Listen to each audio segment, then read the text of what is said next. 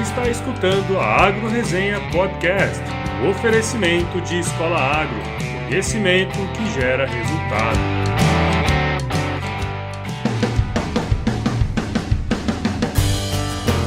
Olá pessoal, aqui quem fala é o Paulo Ozaki, seja bem-vindo ou bem-vinda a mais um episódio do Agro Resenha. Como você sabe, a porteira desse podcast não tem tramela para quem busca se informar sobre assuntos ligados ao agronegócio. E aí, pessoa, tudo bem com você? Pois é, eu sei que ultimamente, as coisas do nosso país aí não estão lá às mil maravilhas, mas mesmo com greve de caminhoneiro e tudo mais, estamos aqui começando novamente mais um episódio, até porque a vida não para, né? Bom, aqui no nosso podcast eu tento sempre dar uma visão otimista aí das coisas, mas tem sido complicado aí olhar para esses problemas e não ficar indignado ultimamente, né? Ainda assim, milhões de brasileiros acordam aí todos os dias para trabalhar, sonhando com um mundo melhor para si e para sua família, né? E essa situação aí me fez refletir essa semana sobre como a gente pode ajudar o nosso país a sair dessa situação, né? E de forma bem superficial, eu comecei a puxar na memória que as histórias das pessoas de sucesso. E assim, é certo, que todo mundo enxerga os problemas, não é possível que as pessoas não façam, Mas mais do que falar sobre eles, as pessoas de sucesso são aquelas que os resolvem. E se a gente para pensar, a base do empreendedorismo é a resolução de problemas, que de uma forma geral são as dores que a gente vive no dia a dia. E logicamente que onde existem muitos problemas, existem muitas oportunidades. E eu te pergunto, o Brasil tem problemas? Com certeza tem. O agronegócio no Brasil tem problemas? Isso é o que mais tem, Então, pessoal, se você tem uma certa experiência, ou não também, você já deve ter percebido que não dá para ficar esperando a solução cair do céu, Tem que arregaçar as mangas mesmo e fazer acontecer, porque onde tem oportunidade tem dinheiro, Mas ele só vem se você e eu tirarmos a nossa bundinha da cadeira. E pensando nisso, foi que eu trouxe aqui o meu amigo Fábio Makoto Okuno, que, assim como milhares de pessoas, tem o seu trabalho normal, mas está correndo atrás de objetivos maiores, na luta aí para colocar de pé a sua startup de tecnologia, que é voltada para resolver problemas de manejo de pastagem em fazendas de pecuária. Então, se você quer empreender, cara, não saia daí que o papo foi muito legal. Mas antes de falarmos aí com o Fábio, eu quero agradecer aos mais novos membros do nosso site aí, que são o César Bessa, o Gustavo Oliver, o Luiz Henrique de Almeida, o Paulo Henrique Fortes e o José Augusto Furtado. Valeu, galera, vocês são show de bola e eu espero mesmo que o podcast aqui possa contribuir de alguma forma, na agregação de conhecimento aí de vocês. E para você que me escuta pela primeira vez, faça como essa galera topzera aí, se inscreva no nosso site para ficar por dentro das atualizações do nosso podcast e sempre em primeira mão, Além disso, você pode assinar nosso programa nos agregadores de podcast da sua preferência e para isso, aí na descrição do episódio está o vídeo que eu gravei ensinando como fazer isso, Mas se o seu lance continua sendo o WhatsApp, você também pode receber por ele, Basta acessar bit.ly/agro no Zap Zap, tudo isso junto, mandar a mensagem automática que aparece por lá, que você vai entrar na nossa lista de transmissão. E assim, você já sabe, mas não custa lembrar, Tudo isso aí é gratuito, cara. E não se esqueça de visitar a nossa lojinha de camisetas, lá você encontra várias estampas engraçadas aí sobre o agro. E além disso, para cada camiseta vendida lá pela plataforma Montink, que é onde a gente hospeda as nossas estampas, ela garante um prato de comida para quem precisa. Agradeço muito aí se você puder ajudar. E para finalizar, se você acompanha aí as nossas redes sociais, você já deve ter visto a nossa parceria com o Thought for Food, que eu anunciei na última sexta-feira. Se você não sabe o que é o Thought for Food, que é o TFF, escute o episódio número 29 com o Matheus Cirino, que você vai se inteirar aí. E eu adianto que o evento anual deles, esse ano de 2018, será aqui no Brasil, cara, lá na cidade do Rio de Janeiro. E para você que tem várias ideias aí voltadas para a questão alimentar e quer empreender, eu sugiro que acompanhe o que eles fazem, E, se possível, participe do evento este ano, porque vai ser animal. Bom, pessoal, agora vamos falar sobre empreendedorismo, Firma o golpe aí que eu já tô de volta.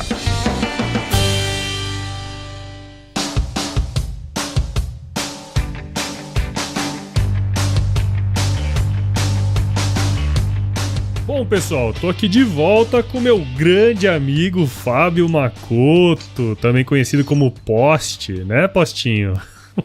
Isso aí. Bom, a gente se conhece já tem muito tempo, cara. Tá fazendo as contas aqui, ó. Desde 2007, cara, quando a gente trabalhou junto lá no CPZ, o Clube de Práticas Zootécnicas, né? Isso. Já faz um tempinho já, né, velho? É verdade. Ó, falar pra você uma honra estar participando desse programa aqui com você, desse que acho que é o maior canal de comunicação do agronegócio atualmente.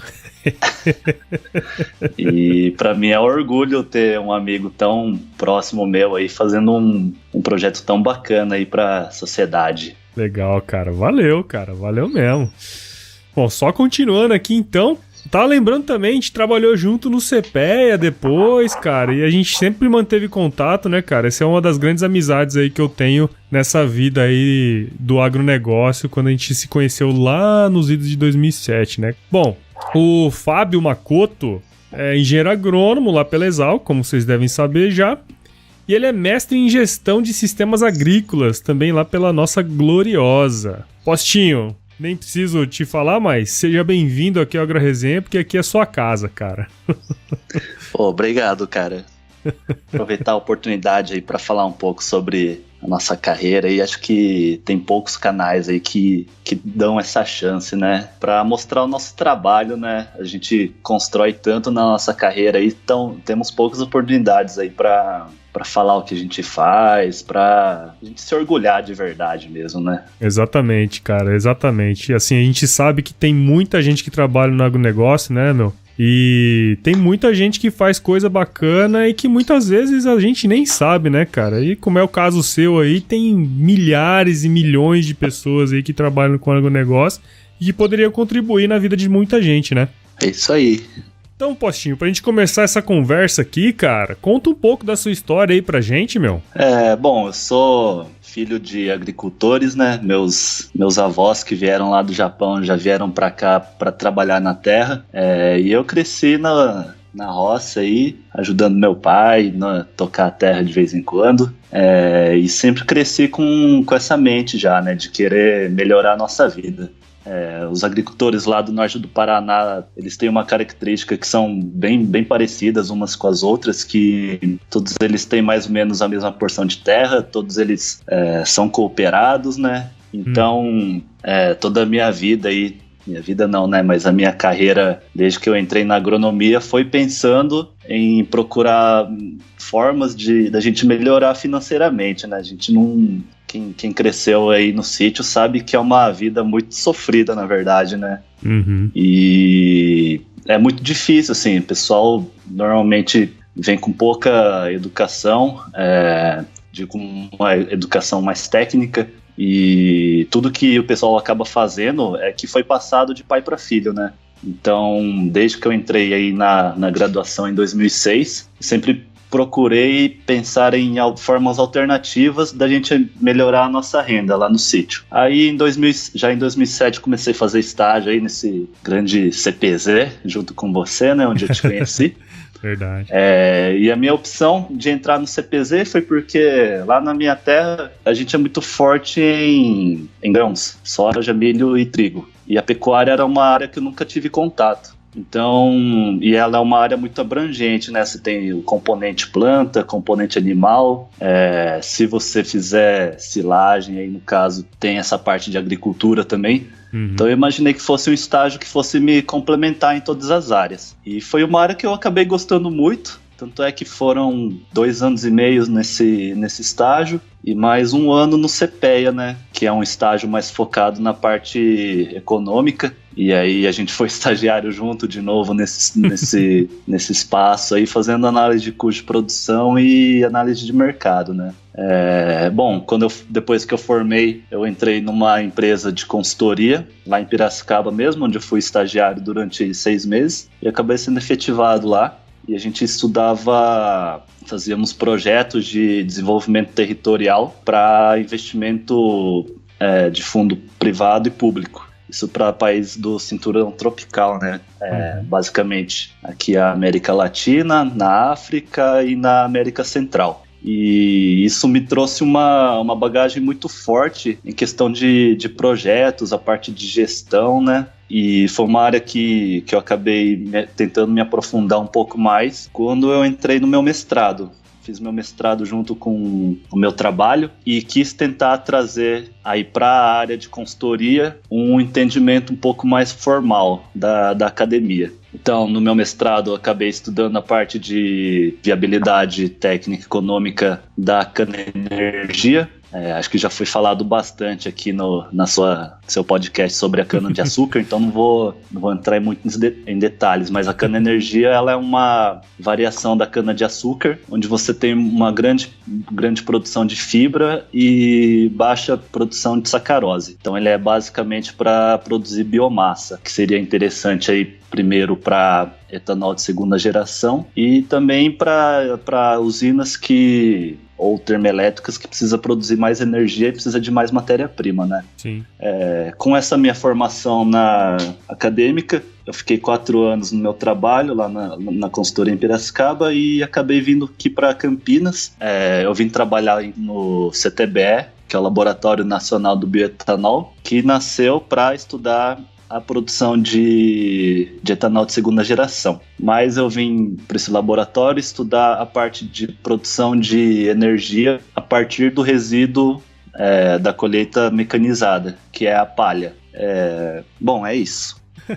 Bom, cara, você tem uma história bacana já, né, Postinho? Já trabalhou em vários lugares. Eu só queria, antes da gente entrar no papo mesmo desse podcast, desse episódio, fala um pouquinho pra você como é que foi essa questão de fazer o mestrado junto com o trabalho, cara. Acho que tem muita gente que às vezes tem essa dúvida, né, se quer seguir a parte acadêmica, mas, precisa trabalhar também, né? Como é que foi pra você isso aí? Cara, vou te falar que é bem desafiador. Para você conseguir fazer isso, você precisa ter um apoio da empresa onde você trabalha, porque senão, te digo que é quase impossível. E o seu tema de pesquisa tem que ter relevância onde você trabalha, de alguma forma eles se conversarem, né? Uhum. Porque senão você gera uma carga de trabalho muito grande e acaba que não é vantajoso nem para o seu trabalho, e nem para academia, né, no local onde você faz a pesquisa, e muito menos para você, né, porque isso vai te tomar um tempo desgraçado. Né?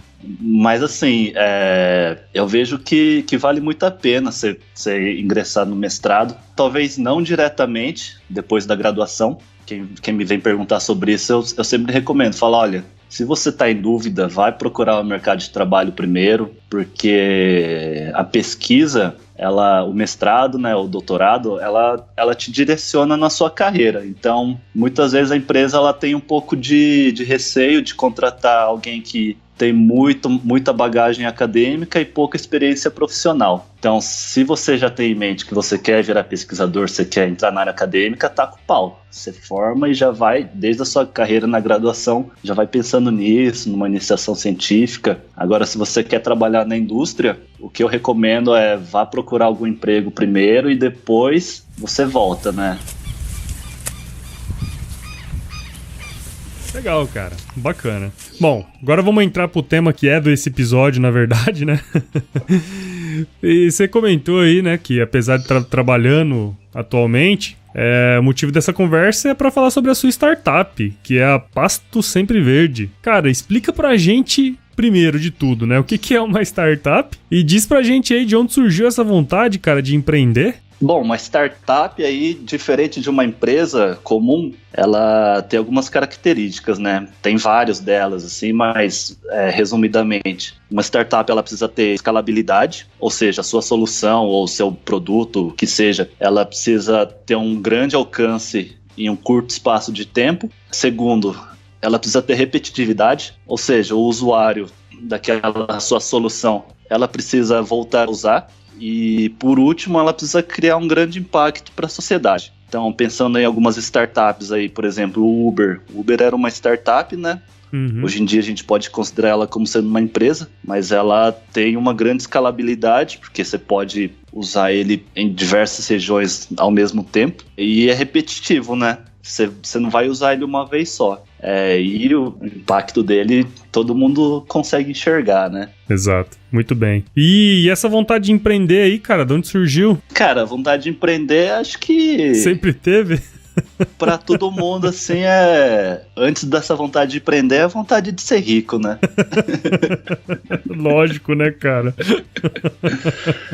E assim, essa vontade, ela veio desde a minha época de formação, da minha formatura. E o que dizem, né? O pessoal sempre chega num certo ponto da vida que você tem que tomar uma direção.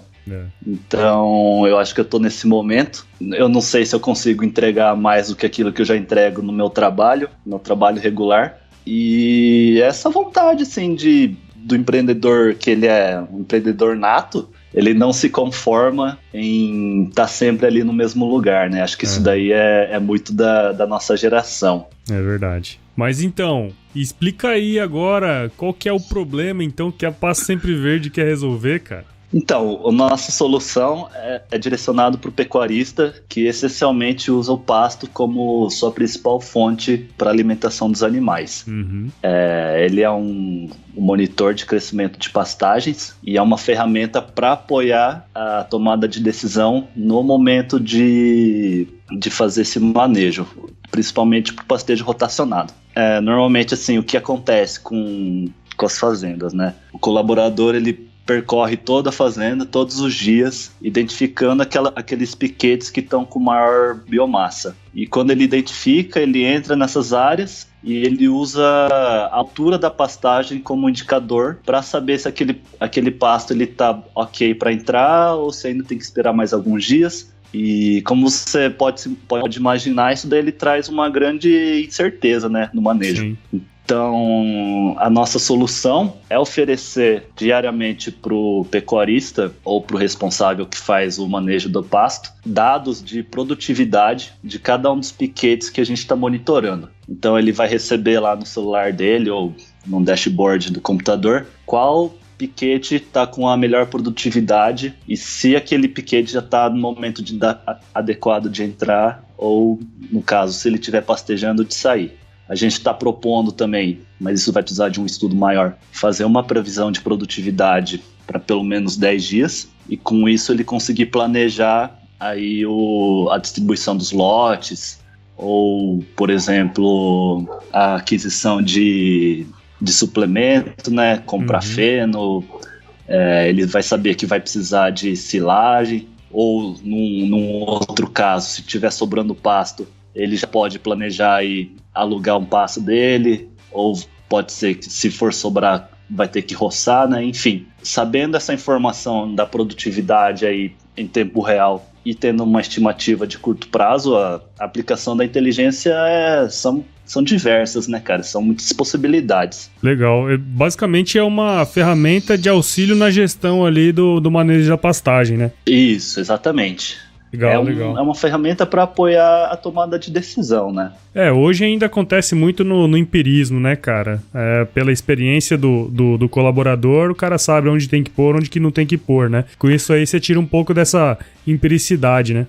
Exatamente, né? E tem um outro caso também. Isso são os produtores que a gente está focando que usam, de uma certa forma, a tecnologia. Aí tem aqueles outros casos dos produtores mais tradicionais que não fazem nada, né? Tem aquela produção bem extensivista. Então, com uma ferramenta dessa, que você tem uma precisão maior, a gente pode começar a incentivar esse cara a intensificar um pouco mais o seu pastejo, né? Então, já pensar aí num pastejo rotacionado, talvez suplementar, mostrar para ele que ele pode ganhar muito mais se ele adotar simples práticas aí, que não precise investir tanto dinheiro. Legal, muito bom, hein? E como é que acontece esse negócio? Como é que é a metodologia que, bem a grosso modo, né, que vocês estão aplicando? Então, a gente usa 2 modelos. Esses 2 modelos, eles já são bem conhecidos no meio acadêmico, né? Mas eles não são utilizados aí na prática. O primeiro modelo é um modelo agroclimático. Então ele usa variáveis fisiológicas da planta. Conforme vai acontecendo aí a chuva, clima, radiação, ele vai gerando uma curva de crescimento dessa planta ao longo do tempo. Só que o que acontece com esse modelo? O problema dele é que ele não é espacializado, né? Então você tem um único ponto mostrando a produtividade. A gente sabe que numa área grande isso não acontece, né? Ele é muito mais irregular. Sim. Então, para solucionar isso, a gente vai usar imagens de satélite. Essas imagens, elas geram variáveis espectrais. Então, em uma imagem, ela vai ter vários pixels e cada um desses pixels vai ter um índice espectral. Então, esse índice espectral, basicamente, é saber quanto que ele está refletindo de luz, né? Uhum. Então, você emite uma luz, você vê quanto que ele está sendo absorvido e quanto ele está sendo irradiado. Então, a gente sabe se a planta está tendo uma atividade fotossintética, ela está crescendo. Se ela está refletindo tudo, ela já parou de crescer. Então, esse índice ele entra como um input para esse modelo de crescimento de planta agroclimático. Então, basicamente, a gente vai ter várias curvas de crescimento em cada um dos pixels. E com isso, a gente consegue gerar uma produtividade média daquele piquete específico. Legal, cara, legal pra caramba. Na verdade, você falou que era um pouco difícil de explicar, mas não é tanto assim, né? Na verdade, assim, o difícil do modelo é que você gera muitos dados, né? Então, essa interação, esses algoritmos aí que é o passo complicado do modelo.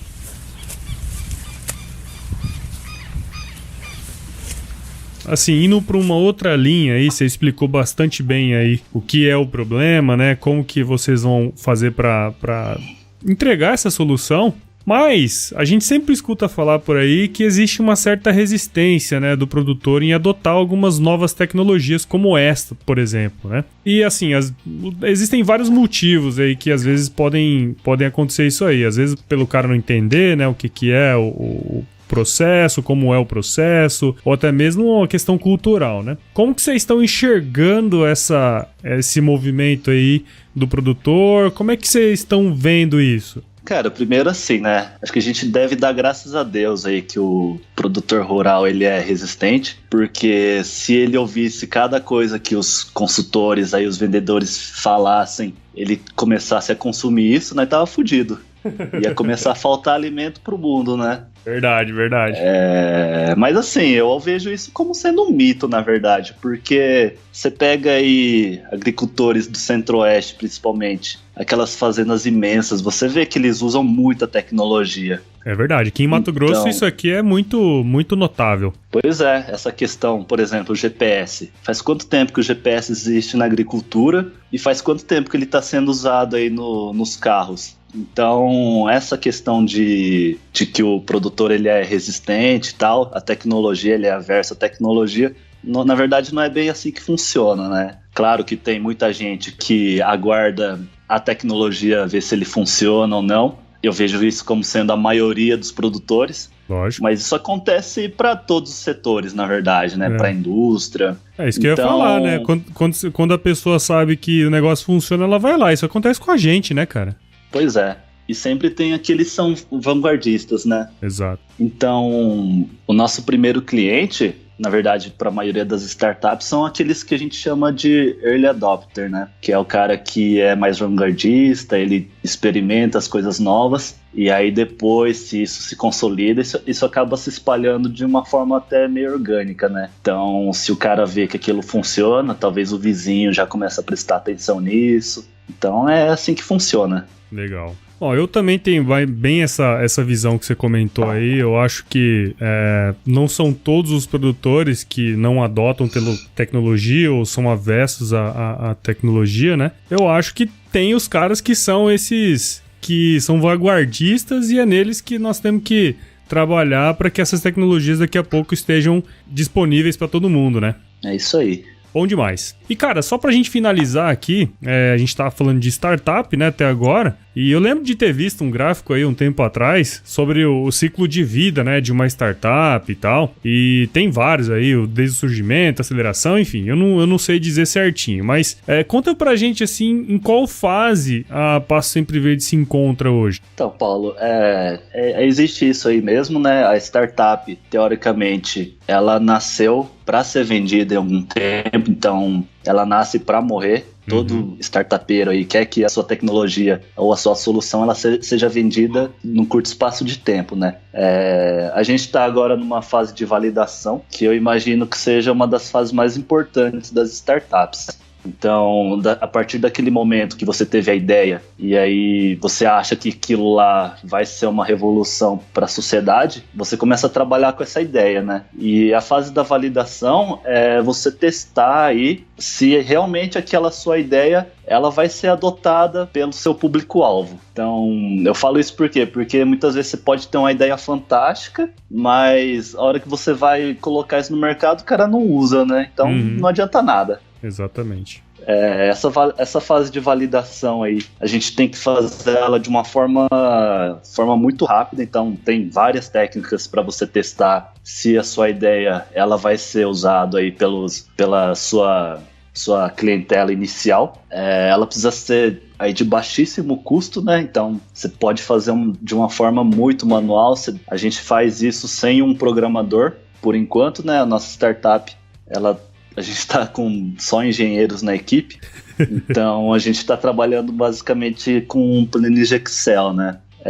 Bom, mas na verdade a fase de validação é isso, né? A gente tem que realmente botar a cara na rua aí, você vai se sentir muito desconfortável, você tem que encher o saco do cara, tem que ligar mesmo. Tem uma das coisas que eu participei agora recentemente de uma oficina, que para sua empresa dar certo, só depende de você. Vai montar uma equipe lá de vendedores, não sei o que lá, não funciona. É a sua ideia, você que é apaixonado por ela, então você que tem que ir atrás e você vai fazer tudo. O cara que é fundador de startup, o cara é tudo na empresa, né? Você coloca no cartão lá que você é o CEO, mas na verdade você é tudo. Você contador, tudo, né? Estagiário, enfim, você que vai fazer as ligações, você é o contador da sua empresa. É verdade. E outra coisa também que, assim, você precisa colocar um esforço para você fazer essa venda, né? Tem muita gente aí que tem uma ideia muito boa tal, mas assim, para uma startup de sucesso, a ideia, assim, isso é estatístico, que apenas 30% representa a ideia que é revolucionária. O restante, meu amigo, é esforço. Certeza. É você colocar e levantar da cadeira e sair pra rua. Certeza. Nada se vende sozinho, né, cara? O cliente tá lá, você tem que fazer um esforço de venda. Então, apesar de todas essas dificuldades aí, é um desafio gostoso. Recomendo todo mundo tentar empreender uma vez na vida. É verdade, cara. É bem gratificante, na verdade, né? Você vê o negócio que saiu da sua cabeça, toma corpo e as pessoas estarem usando e comentando. É bem legal, né, cara? Exatamente, cara. Igual o seu podcast, né? É verdade. No começo você fica meio receoso e tal, mas você vê que a galera te incentiva. Sem dúvida, cara, sem dúvida.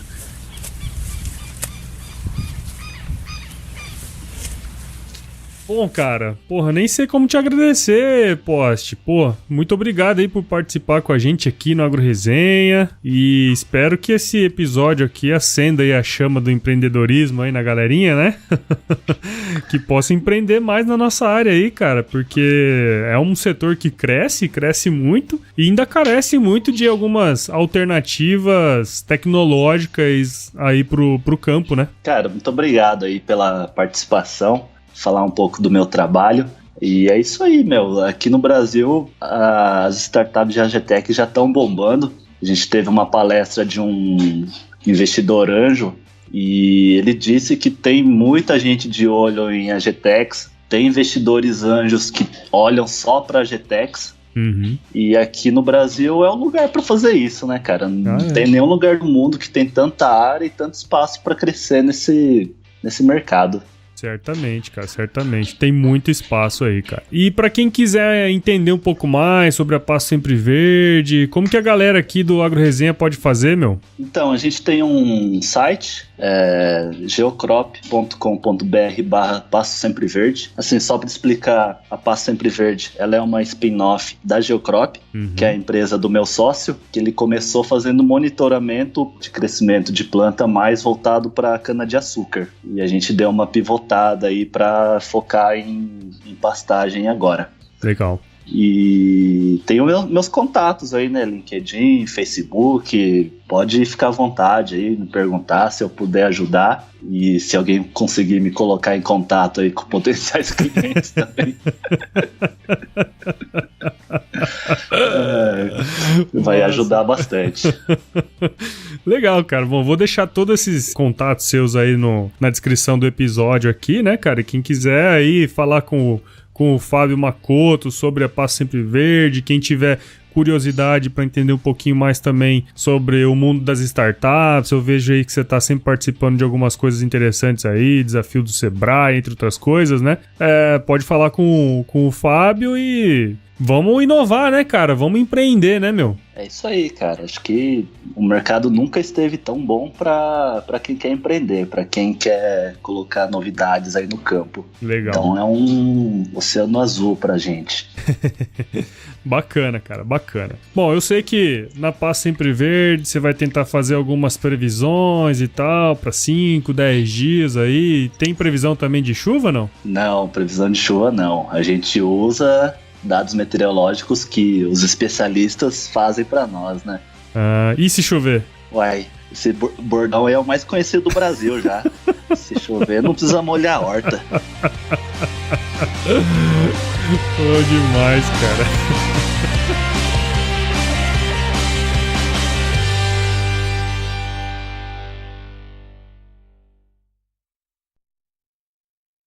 Ixi, deixa eu pensar direito. Depois você edita isso aí, hein?